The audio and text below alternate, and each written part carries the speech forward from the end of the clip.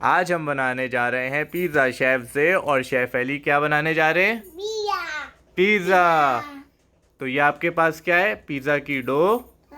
और वो क्या है? पिज़्ज़ा की सॉस। और वो क्या है? चेडर चीज़ और मोज़रेला चीज़। और ये हलाल पेपरोनी और ये मशरूम्स। तो स्टार्ट करें? Let's start.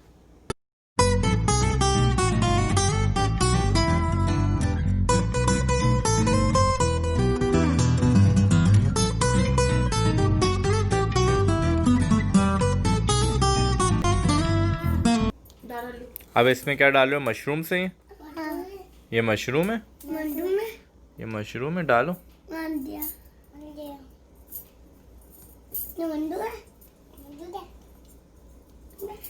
बचा दे।